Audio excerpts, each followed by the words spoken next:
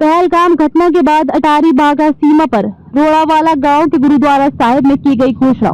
गांव के सरपंच तरसेम सिंह ने गांव के गुरुद्वारा साहिब में बीएसएफ अधिकारियों के कहने पर की घोषणा।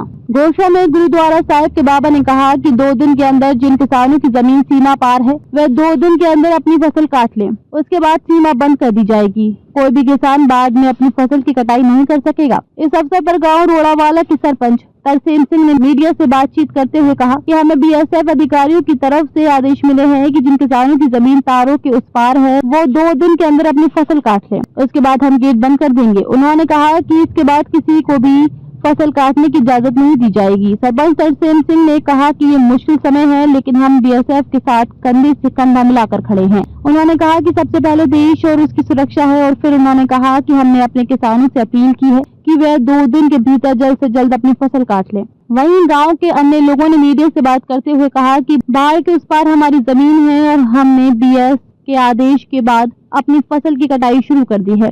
उन्होंने कहा कि पहलगाम में हुई घटना अत्यंत निंदनीय है।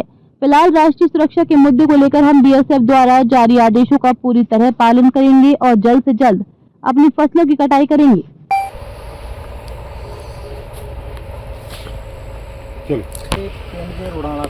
हाँ जी,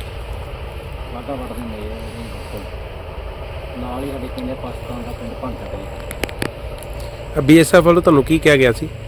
बीएसएफ वालों सानू ये आख्या गया भी सारे पिंड च अनाउंसमेंट कराओ जिन्ना जिन्ना दी गाड़ी कणक ते कट्टी गई है, सारे दी तूड़ी बनने वाली आ, वो अपनी तूड़ी बनाउण दे विच अपनी तूड़ी बना लो ते बाद दे विच जिहड़ा गेट है वो सील कीता जाऊगा। ਪਿੰਡਾਂ ਦੇ ਜਿਹੜੇ बीएसएफ ਨੂੰ ਤੁਹਾਨੂੰ ਕੀ ਕਿਹਾ ਗਿਆ? सर मेरा नाम तरसेम सिंह, सरपंच रोड़ावाला खुर्द।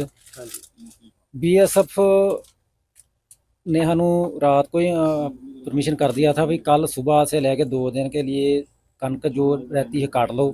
जो कणक काटी गई तो जो पशुओं के लिए तूड़ी बनानी पड़ी है वो बना लो।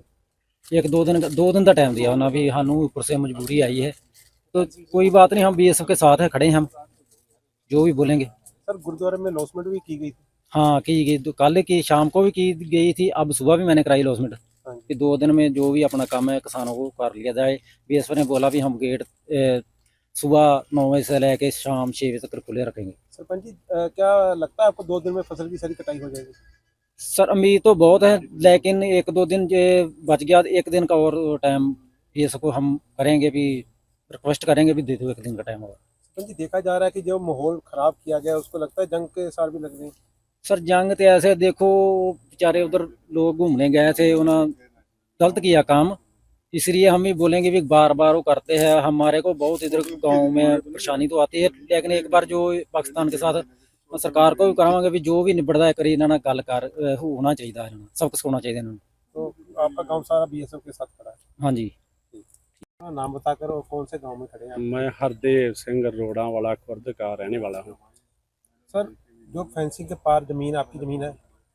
हाँ, फेंस के पार हमारी ज़मीन है, वहाँ से गेहूँ जड़े कटाए गए हैं, भूसा बनने वाला है। बीएसएफ ने बोला भी 2 दिन में वो निपटा लो, 2 नहीं तो 3 दिन में निपटाया जाएगा, वो निपट जाए तो बीएसएफ के हम साथ हैं कि अपने गेट जड़े वो बंद कर ले, ठीक है। बाकी जो भी कुछ जैसे भी होगा बीएसएफ फौज आर्मी जैसे करेगी, हम देश के साथ हैं, जैसे चलेगा वैसे ठीक है। कैसे हालात देख रहे हैं आप जो बीएसएफ की ओर से जो कहा जा रहा है? हालात तो देखो वैसे कश्मीर में तो बहुत गलत होया, उसके बारे में देखा जाए तो एक बार पाकिस्तान के साथ निपटना ही अच्छा है।